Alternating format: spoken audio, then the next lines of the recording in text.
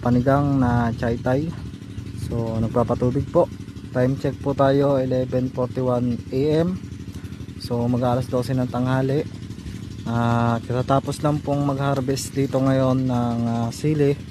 Kaya agad-agad ko na itong tunibigan dahil sa tindi ng init ng panahon ngayon.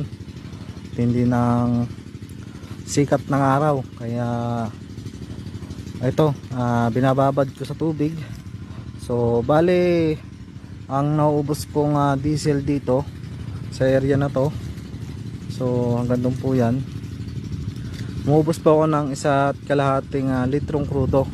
So medyo babad pa po yung ating natutubigan dahil halos na pupuno itong pinitak na to pagka ako nag-awat ng tubig. So yung makina nandito sa puno na yan, andyan po yung generator po namin na diesel na